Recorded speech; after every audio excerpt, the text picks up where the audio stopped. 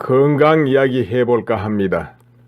한참 자랄 때는 키 잘 크는 게 소망 아니겠습니까? 청소년 말이에요. 그런데 그 뒤를 지나가지고 이제 결혼을 하고 아이를 가질 때는 또 그때는 또 아이를 튼튼하게 잘 가지는 것이 또 소망이 되겠죠. 그리고 이제 중년에 접어들면은 또 중년에 나타나는 그런 병들이 또 있습니다. 그것이 없이 넘어가는 것이 좋을 것이고, 그 다음에 노년이 되면은 저 수도관이 녹이 쓸듯이 여기저기 이제 노화 증상이 다가오지 않겠습니까? 이럴 때 오는 성인병, 이런 관계가 모두 이게 생활 속에서 습관에서 비롯된다. 쌓이고 모여서 비롯된다. 그렇기 때문에 사전에, 아주 그 전에 생활 습관을 바로 잡아가지고 그런 병이 안 오도록 해야 된다 이거죠. 이미 병이 나타나가지고 약으로 아니면 다른 방법으로 그것을 해소시키려 하면 엄청나게 힘들 뿐만 아니라 거의 실패하고 이제 쭉 그러다가 병을 앓다가 또 늙고 고생하고 이렇게 됩니다. 교복 자유라 아시죠 여러분? 그게 83년도입니다. 1983년. 그때 문교부입니다. 문교부에서 중고등학생들의 교복 대신 자유로운 복장을 할 수 있게 조치를 하게 됩니다. 그때 두발 자유화도 함께 시행되죠. 그 전에는 전국의 모든 중고등학교가 동일한 디자인 그런 형태의 교복을 입었어요. 그러다 보니까 학생 개개인의 개성과 자율성이 무시된다 이런 지적이 나오고 일제 잔재 청산을 해야 되지 않냐 이래 가지고 1982년 이제 토요일에 한 번 정도 이렇게 사복을 입게 조치하다가 83년도에 교복을 입지 않아도 된다 이렇게 자유화를 이제 시행합니다. 그런데 문제가 이제 나타나요. 그러다 보니까 자꾸 학생들이 유해 환경에 노출된단 말이에요. 탈선도 증가한다. 그러다 보니까 학교 밖의 지도의 어려움이 나타난다 이거죠. 또 한 가지는 빈부격차가 있다 보니까 옷 입는 게 또 너무 달라진단 말이에요. 그래서 또 부모는 좋은 옷 사입해야 되다 보니까 가계 부담이 증가하고 이래서 시행 3년 뒤에 학교장 재량에 따라라 이렇게 돼가지고 이제 학교에서 결의해가지고 또 교복을 자유로 하기도 하고 안 하기도 하고 이렇게 이어져 오게 됩니다. 이제 91년쯤 되니까 이제 절반가량이 결국 또 교복 입습니다. 요즘은 뭐 거의 다 입겠죠? 이렇게 돼버렸어요. 근데 이 교복 자유라 교복 이것이 어떤 문제가 있느냐? 이 교복을 전체 입다 보면은 이 몸이 차가운 사람, 더운 사람 이 구별을 할 수가 없어요. 이것을 관리가 안 됩니다. 이제 사복을 입다 보면 좀 몸에 추위를 많이 느끼면 두껍게 입고 다니면 되고, 그렇죠? 또 더위를 많이 타면 얇게 입고 다니고 이렇게 그 옷감도 고르고 옷 모양도 고르고 마음대로 할 수가 있는데 이것이 안 된다는 거지요. 같은 교복을 똑같이 입다 보니까 지금 여러분께 말씀드리고 싶은 거는 이 자랄 때 옷 입는 것이 어떤 영향을 미치는가 이걸 이야기하려고 그래요. 그러니까 평생의 건강을 좌우하는 그런 몸의 체질이 그때 만들어지고 또 키가 크고 안 크고도 그때 큰 영향을 미친다. 옷 입는 것이. 그러니까 이제 우리가 키가 자라는 데는 옷 입는 것뿐만 아니라 음식 그리고 운동, 자라나는 그 환경, 정신에 미치는 환경 상태 이런 것이 이제 복합적으로 작용해가지고 건강하게 자라기도 하고 또 키가 더 크기도 하고 그러겠죠. 물론 키가 무조건 그런다고 더 크는 건 아니죠. 양 부모 영향도 있고 그러니까 그러나 같은 부모 하에서도 그런 환경에 따라서 키가 좀 더 클 수도 있고 덜 클 수도 있다. 이건 분명하거든요. 그래서 이제 그 부분 말씀드리려고 그래요. 그러니까 옷이 작용하는 거, 음식이 작용하는 거, 환경이 작용하는 거 골고루 이제 말씀드릴 건데 그 영향이 청소년기에 이제 심각하게 미치고 그리고 숙녀가 되어서도 선남 선녀가 되어서도 마찬가지다. 노년에도 마찬가지다. 그래서 이제 청소년 시절부터 이야기를 해볼까 합니다. 그러니까 키가 좀 더 잘 크고 평생 건강하게 살고 싶다, 이런 분들은 좀 자세히 한번 들어보셔야 됩니다. 이제 교복을 입고 다닙니다. 그런데 좀 서늘해요. 서늘해도 그냥 다닙니다. 특히 상체는 조금 속옷을 갖춰 입어도 하체는 그냥 입고 다닙니다. 그래도 뭐 크게 춥지는 않으니까요. 근데 어떤 경우는 추위를 느껴도 오들오들 떨어도 잠깐이면 학교 들어가고 또 버스 타고 지하철 타고 하니까 그냥 입고 다닙니다. 그리고 집안에서도 이제 그렇게 크게 신경 안 써요. 한참 자라고 힘이 있으니까 약간 추워도 뭐 감기 좀 걸리다가 말다가 이러니까. 그런데 이것이 이제 장기적으로는 어떻게 되느냐. 장기적으로 천천히 차가운 기운이 침투를 합니다. 몸 세포 등등에. 그러면은 어떻게 변화를 주느냐면 혈관이 가늘어지고 그 다음에 세포가 추위에 이기고 하기 위해서 이제 움츠러들어요. 이제 이러다 보니까 기혈 흐름이 활발하질 못합니다. 그러니까 이제 키가 크려면은 다리가 쭉쭉 길어져야 되거든요. 그렇죠. 그런데 그 상태가 활발하지 못하게 된다 이거예요. 계속 영양과 기혈 공급이 하체 쪽으로 계속 부드럽게 내려가야 되는데 그게 안 돼요. 이제 점점 1년, 2년, 3년 이렇게 흐르면은 더욱 심해지죠. 완전히 체질화됩니다. 그렇게 되면은 하체는 차고 또 배가 차가워져요. 그리고 상체 쪽으로 열이 많이 오르게 되는 현상이 나타납니다. 왜 그러겠습니까? 아래쪽으로는 차갑고 혈관이 활발하게 움직이지 못하고 확장이 안 되기 때문에 혈액 공급이 밑으로는 잘 안 돼요. 그러면은 심장에서 밀어내는 그 힘이 주로 위쪽으로 올라가게 되다 보니까 위로 열이 많이 올라서 가슴이 답답하고 그리고 자칫하면 심하면 두통도 오고 눈이 열기가 차고 이렇게 이제 위로 열이 솟구친다 이 말이에요. 그러면 위에는 열이 많아서 그래서 탈이 나고 그러면은 여드름이 나도 심하게 나죠. 피부가 깨끗해지지 못하게 됩니다. 미끈하네요. 자랄 때 남보다 더 심하게 여드름 같은 것이 나게 되죠. 그리고 머리 쪽에는 비듬이 심하게 일어납니다. 아래쪽으로는 차갑기 때문에 만성적으로 이제 소화 상태가 안 좋아져요. 물론 한참 자랄 때 못 먹어서 탈일 정도로 많이 먹습니다. 그러나 소화 상태라는 것은 많이 먹어서 배가 푹푹 꺼진다고 잘 되는 게 아니고 완전히 분해가 돼가지고 효소에서 분해가 돼가지고 흡수돼야만 제대로 된 소화거든요. 그냥 흡수되면 안 되고. 그런데 그러려면 배가 따스해가지고 기혈 흐름이 충분해야 됩니다. 혈액 공급이 충분하게 되고 그 부분이 약해지면서 소화불량 상태를 이룬다 이거죠. 하체가 차고 그리고 허리가 차가워지고 하체가 차가워지면 다리 쪽으로 충분하게 혈액 공급이 안 되고 영양 공급이 안 된다 이 말입니다. 그렇게 된다면은 키 크는데 막대한 지장이 생기겠죠. 그래서 특히 봄, 가을에 이럴 때는 춥지 않습니다. 그냥 서늘해요.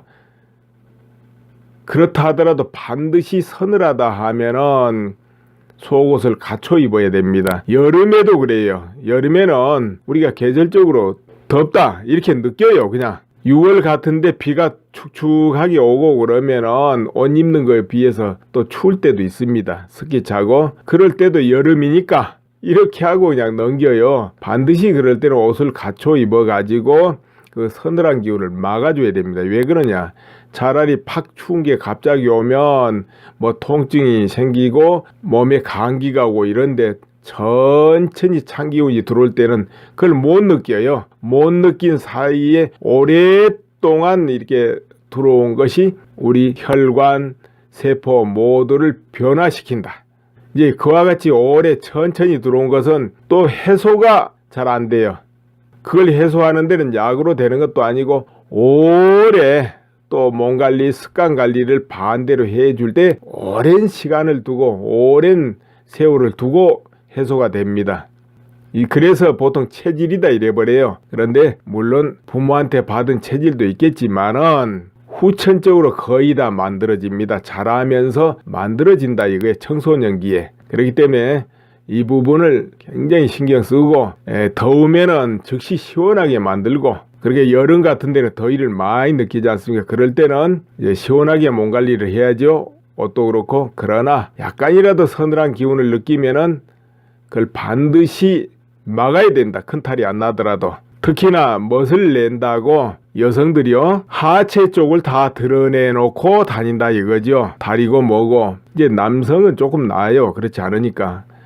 그런데 이것이 바로 점점점 찬 기운이 들어가면서 어떤 변화를 일으키느냐. 다리 길이 뭐 잘 안 늘어나가지고 키가 안 큰다 이런 부분도 좀 있겠지만은 나중에 나이 들어서 관절염 같은 거 쉽게 걸립니다. 그리고 이제 여성들은 달거리를 하지 않습니까? 달마다 달거리를 하는데 이때 굉장히 고통을 느낄 수 있습니다.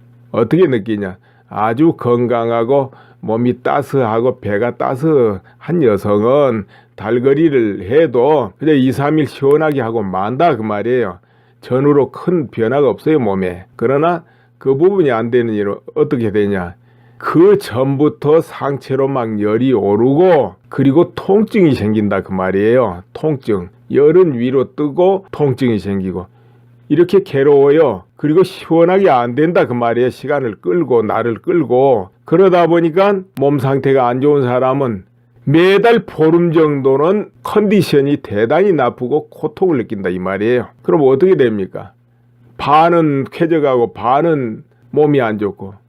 이거 보통 일 아니잖아요. 그 상태가 심한 사람 그래요. 아무튼 2, 3일 안에 시원하게 끝나야 된다 이 말이에요. 그 2, 3일이라도 크게 몸에는 고통을 느끼고 불편을 안 느껴야 된다 이거예요. 그게 이제 건강한 상태거든요. 만약 그런 것이 여의치 않다. 지금 현재 그런 분들은 반드시 옷 입는 것을 철저히 주의해야 됩니다. 명심하고 또 철저히 주의해야 됩니다. 그런데 이런 경우 있잖아요. 아이돌 스타들.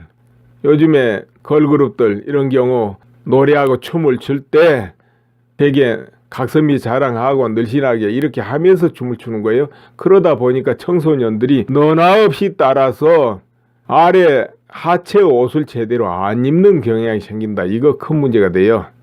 이제 그런 스타들은 하루에 연습량이 얼마나 되겠습니까? 7, 8시간 연습한단 말이에요. 공연을 하든 뭐 연습을 하든 간에. 그러기 때문에 밑에 옷 안 입어도 돼요. 너무 열이 나니까. 그렇지만은 일반 학생들 같은 경우는 어떻습니까? 요즘 그렇게 운동합니까? 대부분 책상에 앉아 있잖아요. 그리고 왔다 갔다 할 때도 버스 타고 전철 타고 그런 거 아닌가요? 그렇기 때문에 그 스타들 흉내를 내면 안 된다. 이런 이야기입니다. 그리고 결혼을 한다. 그러면은 또 아이를 생산하고 그럴 거 아닙니까? 여성들. 그런데 하체가 차갑고 그러면은 안착이 안 돼요. 그래서 계속 유산을 하게 됩니다.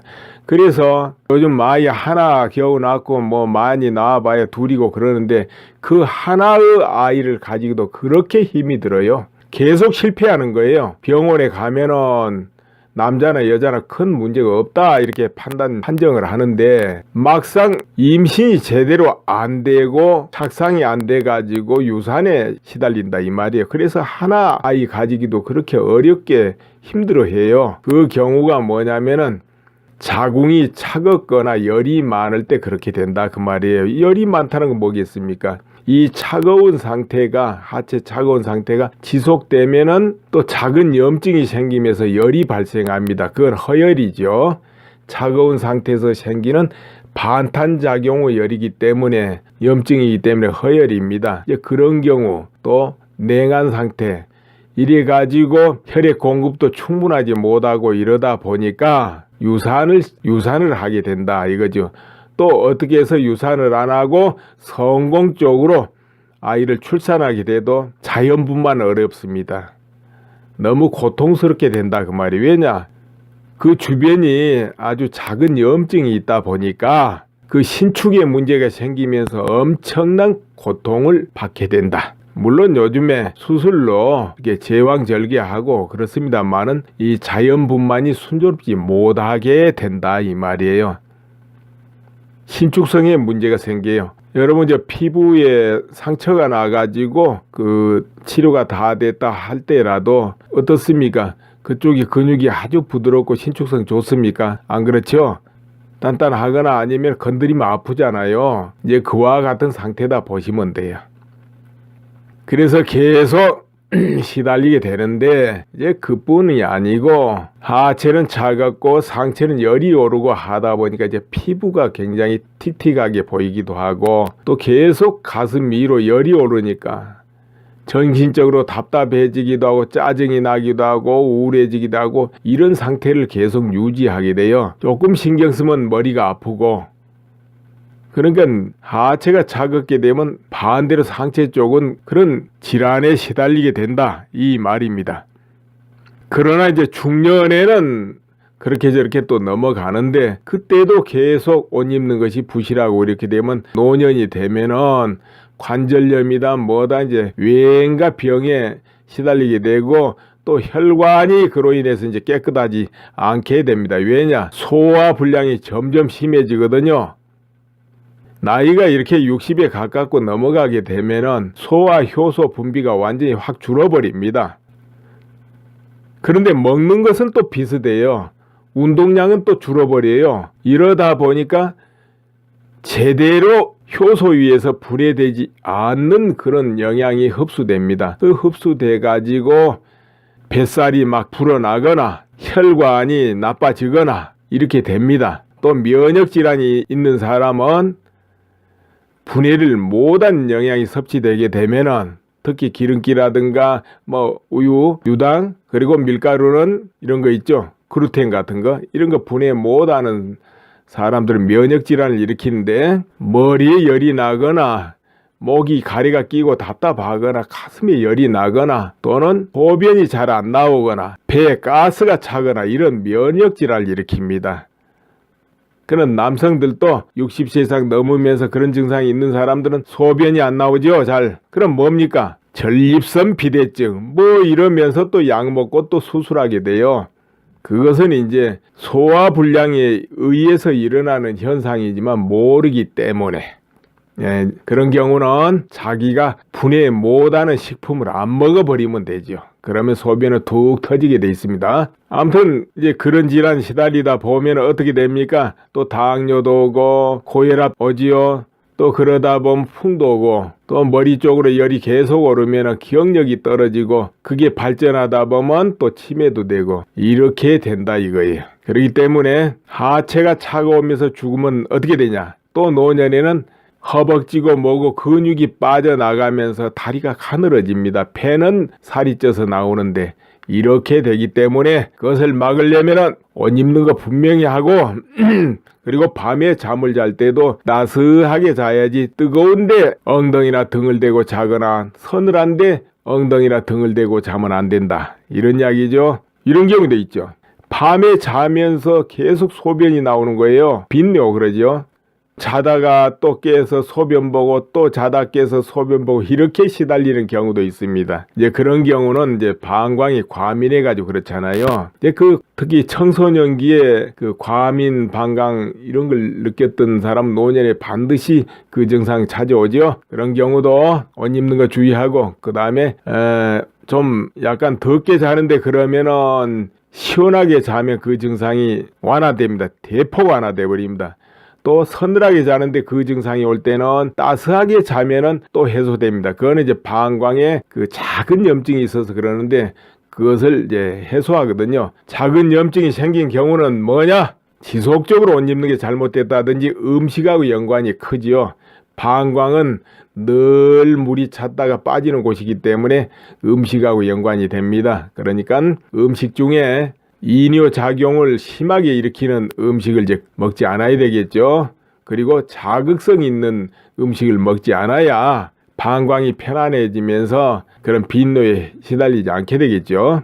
이제 빈뇨에 시달린 사람은 이제 치즈 같은 것이 약입니다. 그런 걸 먹고 음식 관리 조심하고 특히 맥주라든지 과일 이런 걸 많이 먹지 않고 그리고 저녁에는 일찍 밥을 먹고 적어도 4시간 있다 잠자리 드는데 저녁에는 많이 먹지 말고 물 같은 거 많이 먹지 말고 이렇게 해서 잠을 자는 것이 이제 또 빈뇨에 시달리지 않는다. 그런데 이제 빈뇨가 있는 사람은 엉덩이하고 하체 온도 조절을 잘하라. 이것이죠. 음식도 음식이고요. 자, 그와 같은데요.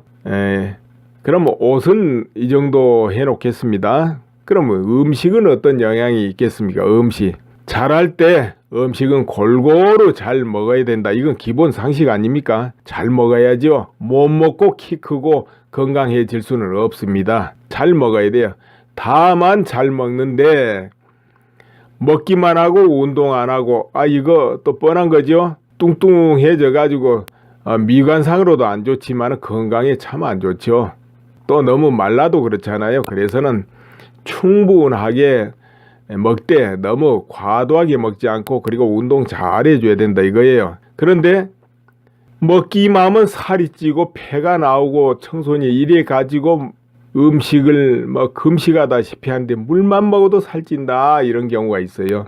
이 경우 왜 그러냐? 그건 소화불량 때문에 그래요. 곧 배가 차갑고 하체가 차가운 사람, 기혈 흐름이 안 좋은 사람은 분해 효소가 충분하게 안 나오면서 소화불량 상태를 일으키고 그 분해되지 않은 그런 영양분이 몸에 흡수되면서 면역질환을 일으키는데 아까 잠깐 언급했죠. 그런데 면역질환을 일으키지 않는 사람은 어떠냐? 굉장히 먹으면 시원시원하게 이제 소화가 되긴 됩니다. 그런 사람은 살로 갑니다. 뱃살로 가거나 살로. 살이 쪄버려요. 분해가 온전하게 되지 않고 흡수된 그런 영양이 살을 만듭니다. 뱃살을 만들고. 이제 이 경우가 물만 먹어도 살찐다 이런 경우에 해당하고 거의 안 빠져요.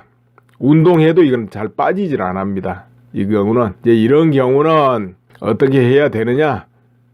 허벅지 근육이 생기고 배에 근육이 생길 정도로 그 근육 운동을 해줘야 됩니다. 그래야 배가 따뜻해지고 그리고 옷 입는 거 제대로 하고 먹는 식품은 자기가 과잉으로 먹는 거를 이제 금해야 되겠죠. 그리고 한동안 당분간 소화 능력이 확실하게 살아날 때까지 자기가 분해를 잘 못 시키는 식품을 끊어야 됩니다. 예를 들어 기름진 거 많이 먹는데 그 분해를 제대로 못 시킨다면 그 음식을 확 줄이거나 끊고 아니면 우유가 그렇다면 우유를 끊고 밀가루 음식이 그렇다면 밀가루 음식을 끊어야 됩니다. 근데 어떤 것이 자기가 분해를 확실히 못 시키는가 이걸 알기 위해서는 일단 기름이 들어간 식물성이든 동물성이든 모든 기름이 들어가는 건 몽땅 끊어보는 거예요. 일주일 이상 끊어봅니다. 그리고 몸의 변화를 살펴보는 거예요. 예를 들어 소화 상태, 배가 뺑뺑해지고 가스 차나 안 차나 이런 거에서부터 모조리 살펴봅니다. 소변 보는 거 아니면 상체로 열이 오르고 내리고 이걸 다 살펴보고 그 상태가 변하는 걸 봅니다. 그래서 변화가 있으면 이거다 연관이 있나 이렇게 생각해보고 다시 또 먹어봅니다. 그럼 다시 또 그런 안 좋은 증상이 나오면 이놈하고 연관이 있구나 하고 그 부분을 대폭 줄이거나 그 식품 끊어본다 이 말이에요. 그렇게 하고 운동을 잘 해줘야 됩니다.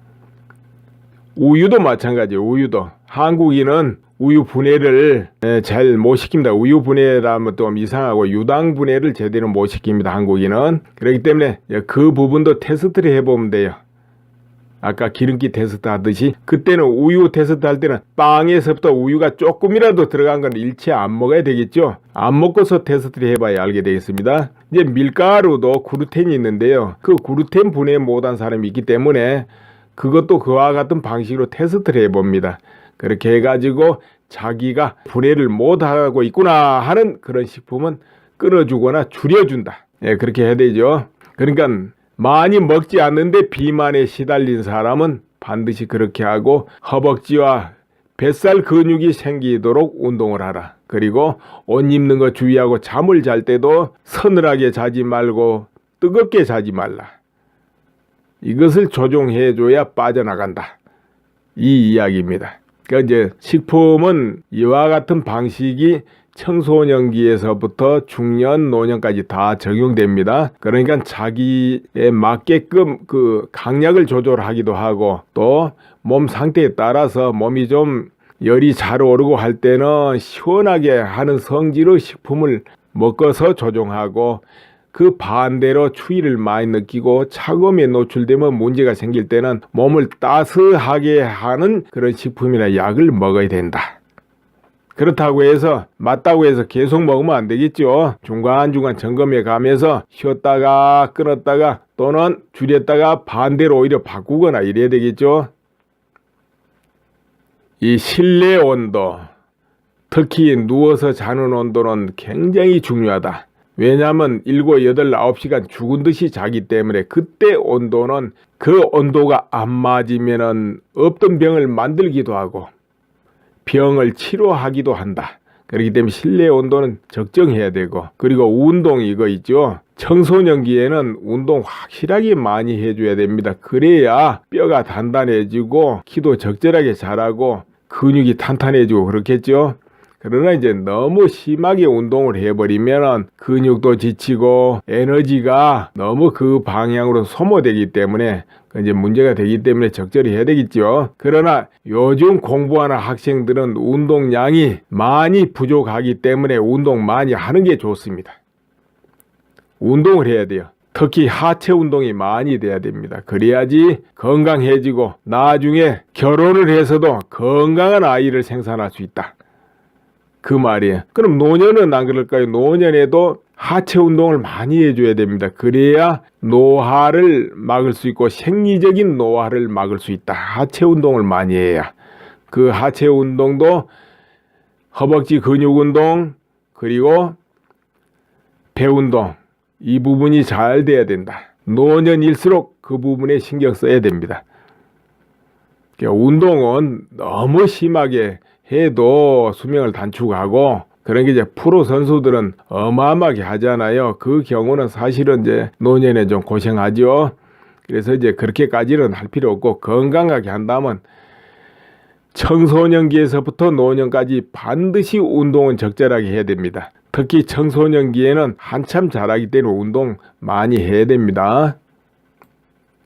자, 지금 언뜻 언급한 게 음식 그리고 옷 입는 거, 실내 온도, 잠자리 온도, 그리고 또 운동, 뭐 이렇게 언급했죠.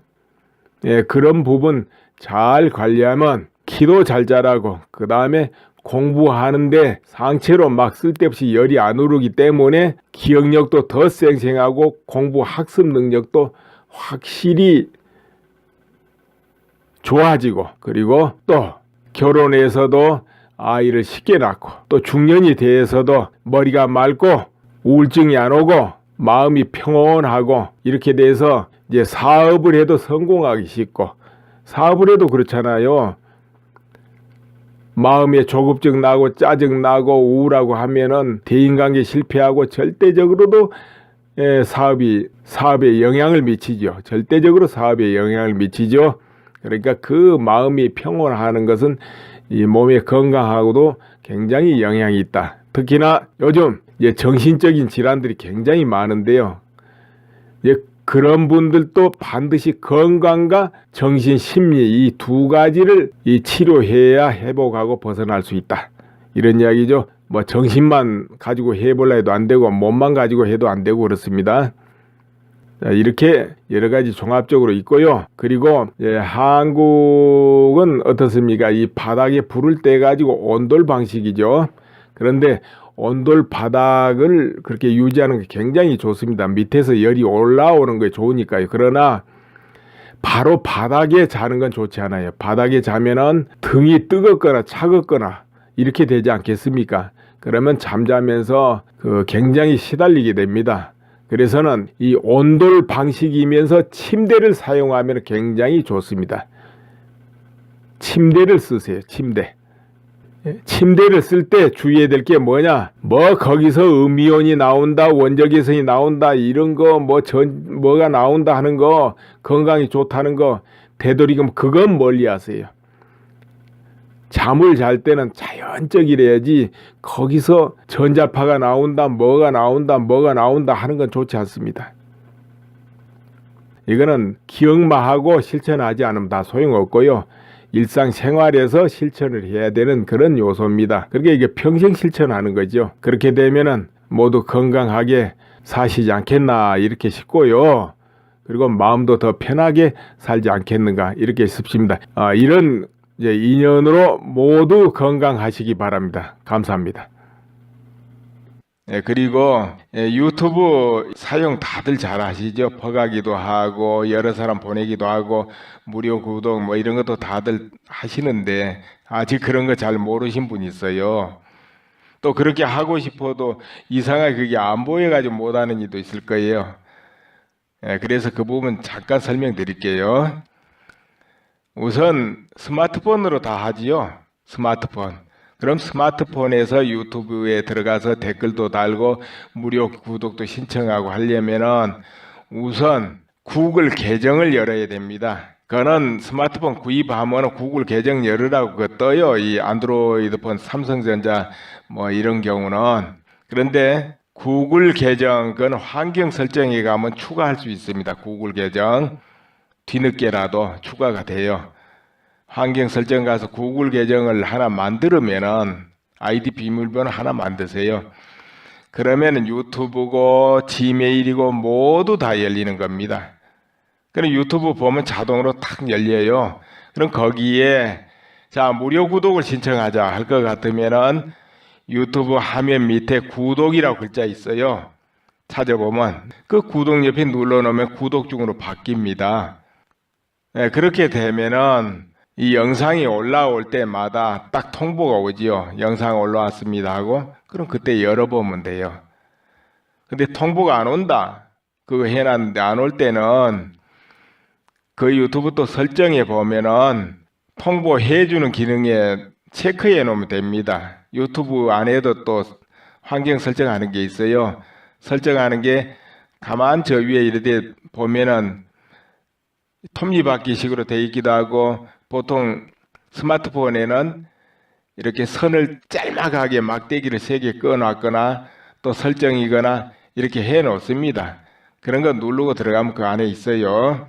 자, 그리고 무료 구독은 구독 중이라 그러면 하면 되고 그렇다면은 여러 사람 보내기는 어떻게 하느냐. 여러 사람에게 내게 보내야 되겠다. 그때는 유튜브 화면 가만히 보세요. 그 화면 안에 살짝 오른쪽입니다. 그 윗부분에 보면은 거기 화살표가 하나 나와요.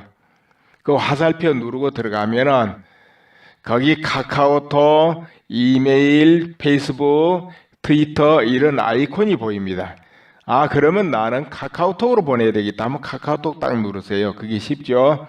카카오톡 들어가면은 자기 아는 사람들 이름이 나오겠죠. 그럼 그 중에 이 사람한테 보내야 되겠다 하면 거기만 체크하세요. 10명이든 뭐 몇 명이든. 그래서 확인해서 보내면 날아갑니다. 저장하든지 확인하든지 하면 날아가게 돼 있어요. 여러 사람 보내기는 그렇게 하세요. 이제 PC 그러니까 컴퓨터에서도 구글 계정 뭐 지메일이든 뭐든 로그인 해가지고 하면은 유튜브에서 그렇게 다 할 수 있습니다. 유튜브 그 컴퓨터에는 유튜브 하면 바로 왼쪽인데 살짝 아래에 보면 공유란 글자가 있습니다. 공유 추가 글자 옆에 공유가 있습니다. 그 공유 눌러가 들어가면 아까처럼 그렇게 보낼 수 있어요. 또 거기도 화면 딱 안에 화살표 있습니다. 찾아서 보내면 돼요. 이제 그렇게 돼 있고요. 그러면 이제 월드 미래판 연구소에서 올려놓은 지난 오래된 영상도 한번 같이 봐야 되겠다. 찾아봐야 되겠다 할 때는 간단합니다. 유튜브 화면 바로 딱 왼쪽 아래 보면은 올린 사람 이름이 나옵니다. 거기에 월드 미래판 연구소 그 이름을 누르세요. 그러니까 동영상 밑에는 반드시 올린 사람 이름이 있습니다. 어떤 동영상이든 올린 사람 이름이 바로 밑에 있어요. 동영상 바로 밑에. 물론 그 유튜브 화면이 아니고 퍼간 화면에 그런 거 안 보여요. 유튜브 화면에는 그게 나옵니다. 유튜브 화면은 퍼가기 한 데는 그게 안 보여요.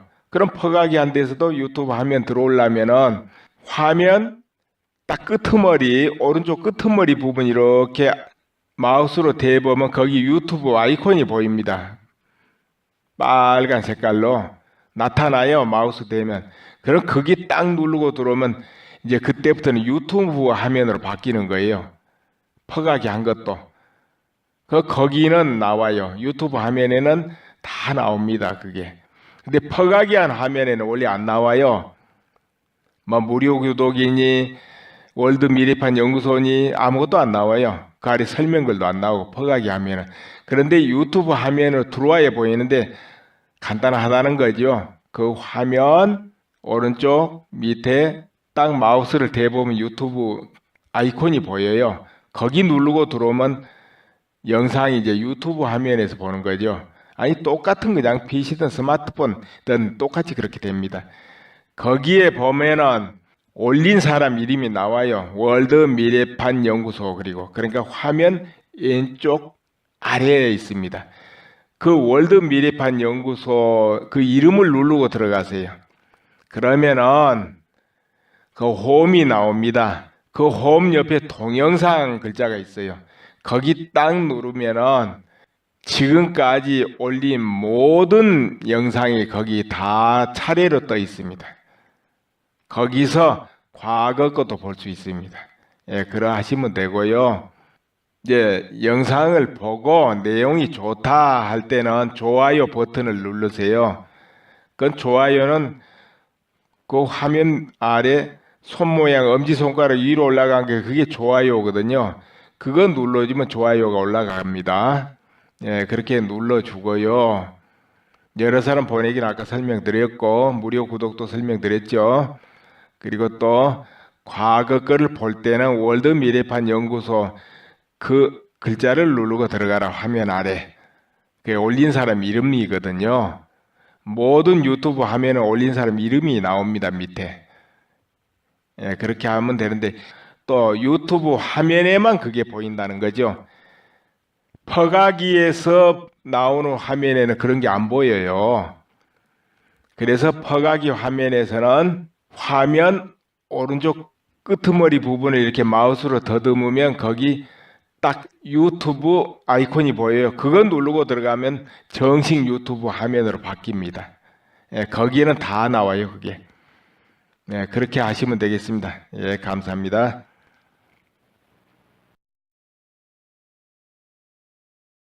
교복을 자유로 하기도 하고 안 하기도 하고 이렇게 이어져 오게 됩니다. 이제 91년쯤 되니까 이제 절반 가량이 결국 또 교복 입습니다. 요즘은 뭐 거의 다 입겠죠?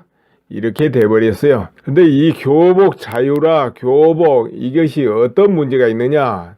이 교복을 전체 입다 보면은 이 몸이 차가운 사람, 더운 사람 이 구별을 할 수가 없어요. 이것을 관리가 안 됩니다. 이제 사복을 입다 보면 좀 몸에 추위를 많이 느끼면 두껍게 입고 다니면 되고, 그렇죠? 또 더위를 많이 타면 얇게 입고 다니고, 이렇게 그 옷감도 고르고 옷 모양도 고르고 마음대로 할 수가 있는데 이것이 안 된다는 거죠. 같은 교복을 똑같이 입다 보니까 지금 여러분께 말씀드리고 싶은 거는 이 자랄 때 옷 입는 것이 어떤 영향을 미치는가 이걸 이야기하려고 그래요. 그러니까 평생의 건강을 좌우하는 그런 몸의 체질이 그때 만들어지고 또 키가 크고 안 크고도 때 큰 영향을 미친다. 옷 입는 것이. 그러니까 이제 우리가 키가 자라는 데는 옷 입는 것뿐만 아니라 음식 그리고 운동, 자라나는 그 환경, 정신에 미치는 환경 상태 이런 것이 이제 복합적으로 작용해가지고 건강하게 자라기도 하고 또 키가 더 크기도 하고 그러겠죠. 물론 키가 무조건 그런다고 더 크는 건 아니죠. 양 부모 영향도 있고 그러니까 그러나 같은 부모 하에서도 그런 환경에 따라서 키가 좀 더 클 수도 있고 덜 클 수도 있다. 이건 분명하거든요. 그래서 이제 그 부분 말씀드리려고 그래요. 그러니까 옷이 작용하는 거, 음식이 작용하는 거, 환경이 작용하는 거 골고루 이제 말씀드릴 건데 그 영향이 청소년기에 이제 심각하게 미치고 그리고 숙녀가 되어서도 선남 선녀가 되어서도 마찬가지다. 노년에도 마찬가지다. 그래서 이제 청소년 시절부터 이야기를 해볼까 합니다. 그러니까 키가 좀 더 잘 크고 평생 건강하게 살고 싶다. 이런 분들은 좀 자세히 한번 들어보셔야 됩니다. 이제 교복을 입고 다닙니다. 그런데 좀 서늘해요. 서늘해도 그냥 다닙니다. 특히 상체는 조금 속옷을 갖춰 입어도 하체는 그냥 입고 다닙니다. 그래도 뭐 크게 춥지는 않으니까요. 근데 어떤 경우는 추위를 느껴도 오들오들 떨어도 잠깐이면 학교 들어가고 또 버스 타고 지하철 타고 하니까 그냥 입고 다닙니다. 그리고 집안에서도 이제 그렇게 크게 신경 안 써요. 한참 자라고 힘이 있으니까 약간 추워도 뭐 감기 좀 걸리다가 말다가 이러니까. 그런데 이것이 이제 장기적으로는 어떻게 되느냐. 장기적으로 천천히 뒤늦게라도 추가가 돼요. 환경 설정 가서 구글 계정을 하나 만들면은 아이디 비밀번호 하나 만드세요. 그러면은 유튜브고 지메일이고 모두 다 열리는 겁니다. 그럼 유튜브 보면 자동으로 탁 열려요. 그럼 거기에 자 무료 구독을 신청하자 할 것 같으면은 유튜브 화면 밑에 구독이라고 글자 있어요. 찾아보면 그 구독 옆에 눌러놓으면 구독 중으로 바뀝니다. 그렇게 되면은 이 영상이 올라올 때마다 딱 통보가 오지요. 영상 올라왔습니다 하고 그럼 그때 열어보면 돼요. 근데 통보가 안 온다. 그거 해놨는데 안 올 때는 그 유튜브 또 설정해 보면은 통보해주는 기능에 체크해 놓으면 됩니다. 유튜브 안에도 또 환경 설정하는 게 있어요. 설정하는 게 가만 저 위에 이렇게 보면은 톱니바퀴식으로 되어 있기도 하고 보통 스마트폰에는 이렇게 선을 짤막하게 막대기를 3개 꺼놨거나 또 설정이거나 이렇게 해 놓습니다. 그런 거 누르고 들어가면 그 안에 있어요. 자, 그리고 무료 구독은 구독 중이라 그러면 하면 되고 그렇다면은 여러 사람 보내기는 어떻게 하느냐. 여러 사람에게 내게 보내야 되겠다. 그때는 유튜브 화면 가만히 보세요. 그 화면 안에 살짝 오른쪽입니다. 그 윗부분에 보면은 거기 화살표가 하나 나와요. 그 화살표 누르고 들어가면은 거기 카카오톡, 이메일, 페이스북, 트위터 이런 아이콘이 보입니다. 아 그러면 나는 카카오톡으로 보내야 되겠다 하면 카카오톡 딱 누르세요. 그게 쉽죠. 카카오톡 들어가면은 자기 아는 사람들 이름이 나오겠죠. 그럼 그 중에 이 사람한테 보내야 되겠다 하면 거기만 체크하세요. 10명이든 뭐 몇 명이든. 그래서 확인해서 보내면 날아갑니다. 저장하든지 확인하든지 하면 날아가게 돼 있어요. 여러 사람 보내기는 그렇게 하세요. 이제 PC 그러니까 컴퓨터에서도 구글 계정 뭐 지메일이든 뭐든 로그인 해가지고 하면은 유튜브에서 그렇게 다 할 수 있습니다. 유튜브 그 컴퓨터에는 유튜브 하면 바로 왼쪽인데 살짝 아래에 보면 공유란 글자가 있습니다. 공유 추가 글자 옆에 공유가 있습니다. 그 공유 눌러 들어가면 아까처럼 그렇게 보낼 수 있어요. 또 거기도 화면 딱 안에 화살표 있습니다. 찾아서 보내면 돼요. 이제 그렇게 돼 있고요. 그러면 이제 월드 미래판 연구소에서 올려놓은 지난 오래된 영상도 한번 같이 봐. 어떤 영향을 미치는가 이걸 이야기하려고 그래요. 그러니까 평생의 건강을 좌우하는 그런 몸의 체질이 그때 만들어지고 또 키가 크고 안 크고도 때 큰 영향을 미친다. 옷 입는 것이. 그러니까 이제 우리가 키가 자라는 데는 옷 입는 것뿐만 아니라 음식 그리고 운동, 자라나는 그 환경, 정신에 미치는 환경 상태 이런 것이 이제 복합적으로 작용해 가지고 건강하게 자라기도 하고 또 키가 더 크기도 하고 그러겠죠. 물론 키가 무조건 그런다고 더 크는 건 아니죠. 양 부모 영향도 있고 그러니까 그러나 같은 부모 하에서도 그런 환경에 따라서 키가 좀 더 클 수도 있고 덜 클 수도 있다. 이건 분명하거든요. 그래서 이제 그 부분 말씀드리려고 그래요. 그러니까 옷이 작용하는 거, 음식이 작용하는 거, 환경이 작용하는 거 골고루 이제 말씀드릴 건데 그 영향이 청소년기에 이제 심각하게 미치고 그리고 숙녀가 되어서도 선남 선녀가 되어서도 마찬가지다. 노년에도 마찬가지다.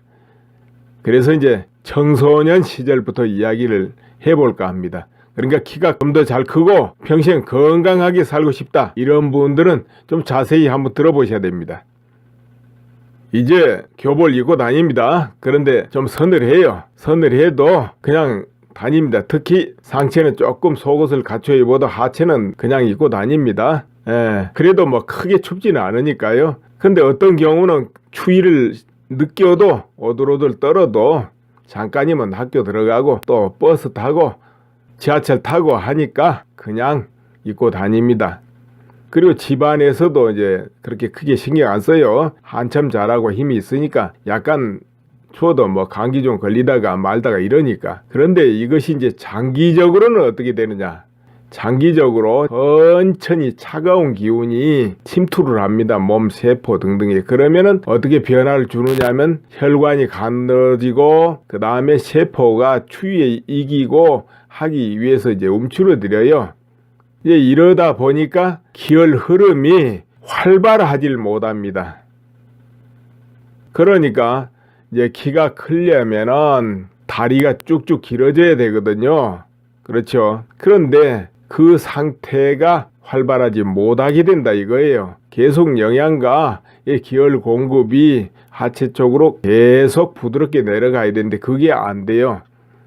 이제 점점 1년, 2년, 3년 이렇게 흐르면은 더욱 심해지죠. 완전히 체질화됩니다. 그렇게 되면은 하체는 차고 또 배가 차가워져요. 그리고 상체 쪽으로 열이 많이 오르게 되는 현상이 나타납니다. 왜 그러겠습니까?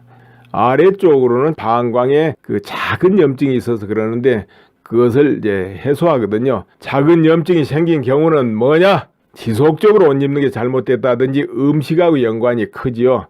방광은 늘 물이 찼다가 빠지는 곳이기 때문에 음식하고 연관이 됩니다. 그러니까 음식 중에 이뇨작용을 심하게 일으키는 음식을 이제 먹지 않아야 되겠죠.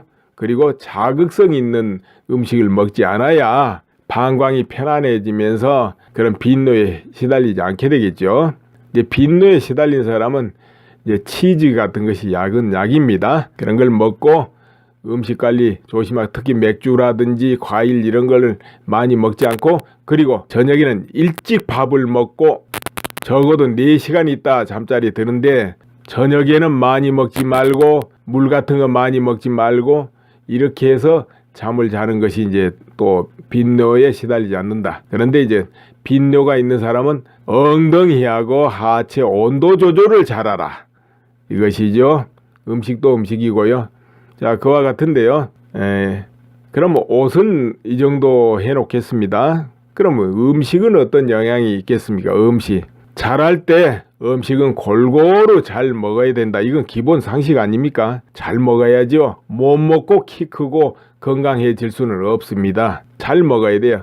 다만 잘 먹는데 먹기만 하고 운동 안 하고 이거 또 뻔한 거죠. 뚱뚱해져 가지고 미관상으로도 안 좋지만 건강에 참 안 좋죠.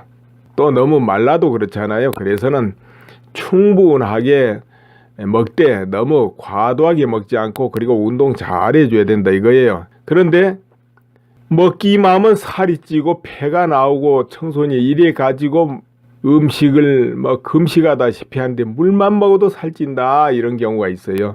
이 경우 왜 그러냐? 그건 소화불량 때문에 그래요. 곧 배가 차갑고 하체가 차가운 사람, 기혈 흐름이 안 좋은 사람은 분해 효소가 충분하게 안 나오면서 소화불량 상태를 일으키고 그 분해되지 않은 그런 영양분이 몸에 흡수되면서 면역질환을 일으키는데 아까 잠깐 언급했죠. 그런데 면역질환을 일으키지 않는 사람은 어떠냐? 굉장히 먹으면 시원시원하게 이제 소화가 되긴 됩니다. 그런 사람은 살로 갑니다. 뱃살로 가거나 살로. 살이 쪄버려요. 분해가 온전하게 되지 않고 흡수된 그런 영양이 살을 만듭니다. 뱃살을 만들고. 이제 이 경우가 물만 먹어도 살찐다 이런 경우에 해당하고 거의 안 빠져요.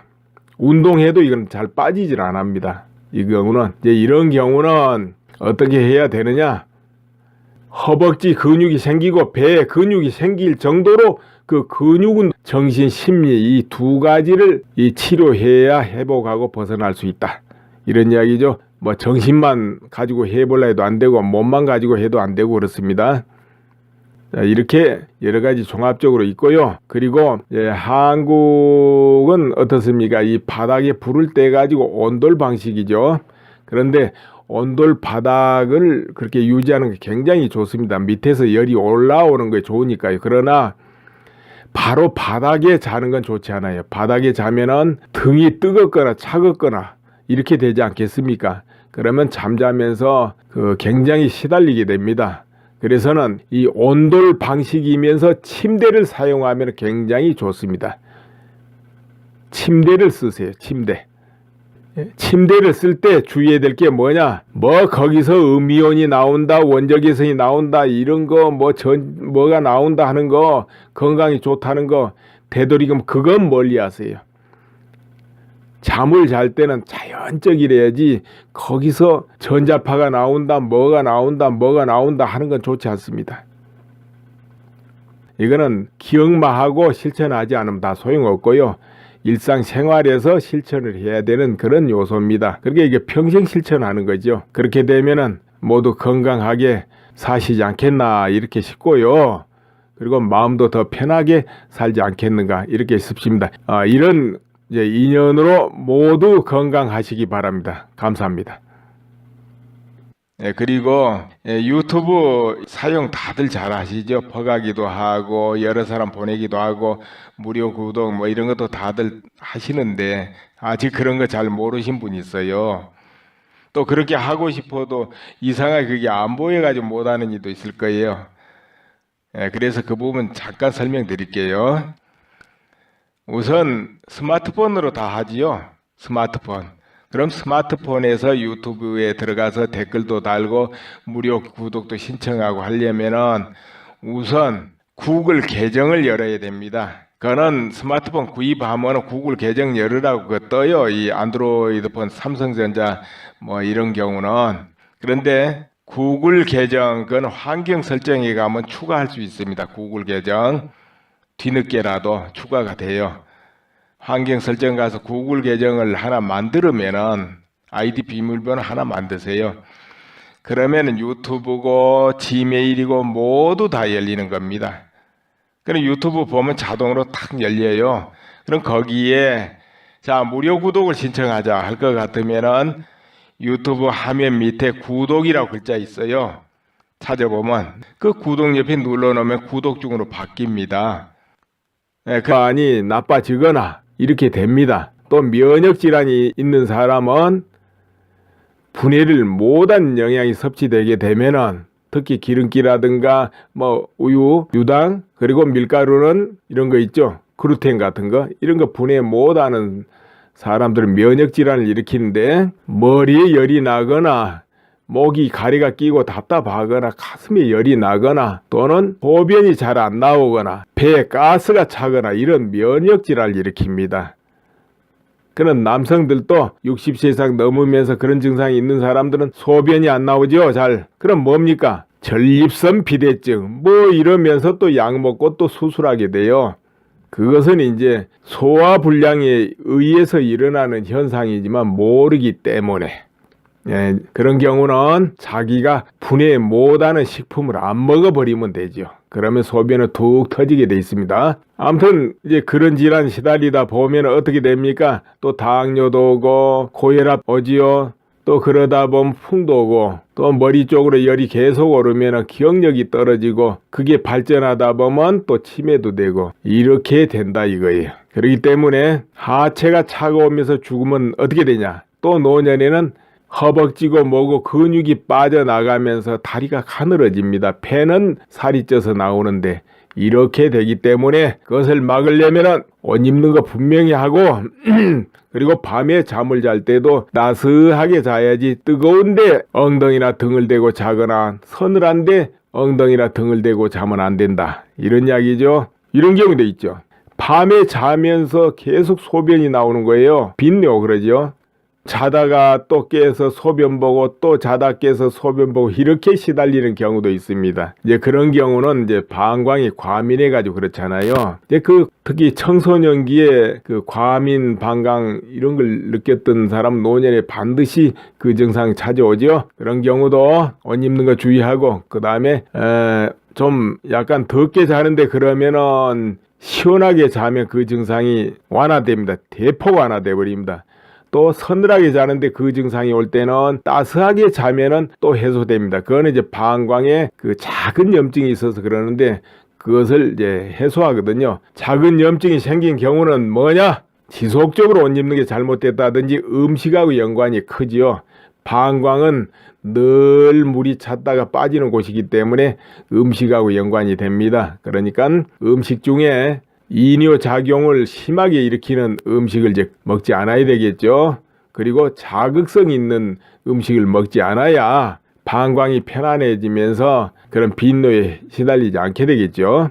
이제 빈노에 시달린 사람은 이제 굉장히 틱틱하게 보이기도 하고 또 계속 가슴 위로 열이 오르니까 정신적으로 답답해지기도 하고 짜증이 나기도 하고 우울해지기도 하고 이런 상태를 계속 유지하게 돼요. 조금 신경 쓰면 머리가 아프고 그러니까 하체가 차갑게 되면 반대로 상체 쪽은 그런 질환에 시달리게 된다 이 말입니다. 그러나 이제 중년에는 그렇게 저렇게 또 넘어가는데 그때도 계속 옷 입는 것이 부실하고 이렇게 되면 노년이 되면은 관절염이다 뭐다 이제 외행과 병에 시달리게 되고 또 혈관이 그로 인해서 이제 깨끗하지 않게 됩니다. 왜냐? 소화 불량이 점점 심해지거든요. 나이가 이렇게 60에 가깝고 넘어가게 되면은 소화 효소 분비가 완전히 확 줄어버립니다. 그런데 먹는 것은 또 비슷해요. 운동량은 또 줄어버려요. 이러다 보니까 제대로 효소 위에서 분해되지 않는 그런 영양이 흡수됩니다. 그 흡수돼 가지고 뱃살이 막 불어나거나 혈관이 나빠지거나 이렇게 됩니다. 또 면역 질환이 있는 사람은 분해를 못한 영양이 섭취되게 되면은 특히 기름기라든가 뭐 우유, 유당 그리고 밀가루는 이런 거 있죠. 글루텐 같은 거 이런 거 분해 못하는 사람들은 면역 질환을 일으키는데 머리에 열이 나거나 목이 가래가 끼고 답답하거나 가슴에 열이 나거나 또는 소변이 잘 안 나오거나 배에 가스가 차거나 이런 면역 질환을 일으킵니다. 그런 남성들도 60세 이상 넘으면서 그런 증상이 있는 사람들은 소변이 안 나오죠. 잘. 그럼 뭡니까? 전립선 비대증 뭐 이러면서 또 약 먹고 또 수술하게 돼요. 그것은 이제 소화 불량에 의해서 일어나는 현상이지만 모르기 때문에 그런 경우는 자기가 분해 못하는 식품을 안 먹어버리면 되죠. 그러면 소변은 툭 터지게 돼 있습니다. 아무튼 이제 그런 질환 시달리다 보면 어떻게 됩니까? 또 당뇨도 오고 고혈압 오지요. 또 그러다 보면 풍도 오고 또 머리 쪽으로 열이 계속 오르면 기억력이 떨어지고 그게 발전하다 보면 또 치매도 되고 이렇게 된다 이거예요. 그렇기 때문에 하체가 차가우면서 죽으면 어떻게 되냐? 또 노년에는 허벅지고 뭐고 근육이 빠져나가면서 다리가 가늘어집니다. 폐는 살이 쪄서 나오는데 이렇게 되기 때문에 그것을 막으려면 옷 입는 거 분명히 하고 그리고 밤에 잠을 잘 때도 따스하게 자야지 뜨거운데 엉덩이나 등을 대고 자거나 서늘한데 엉덩이나 등을 대고 자면 안 된다. 이런 이야기죠. 이런 경우도 있죠. 밤에 자면서 계속 소변이 나오는 거예요. 빈뇨 그러죠. 질환을 일으키는데 머리에 열이 나거나 목이 가래가 끼고 답답하거나 가슴에 열이 나거나 또는 소변이 잘 안 나오거나 배에 가스가 차거나 이런 면역 질환을 일으킵니다. 그런 남성들도 60세 이상 넘으면서 그런 증상이 있는 사람들은 소변이 안 나오죠. 잘. 그럼 뭡니까? 전립선 비대증 뭐 이러면서 또 약 먹고 또 수술하게 돼요.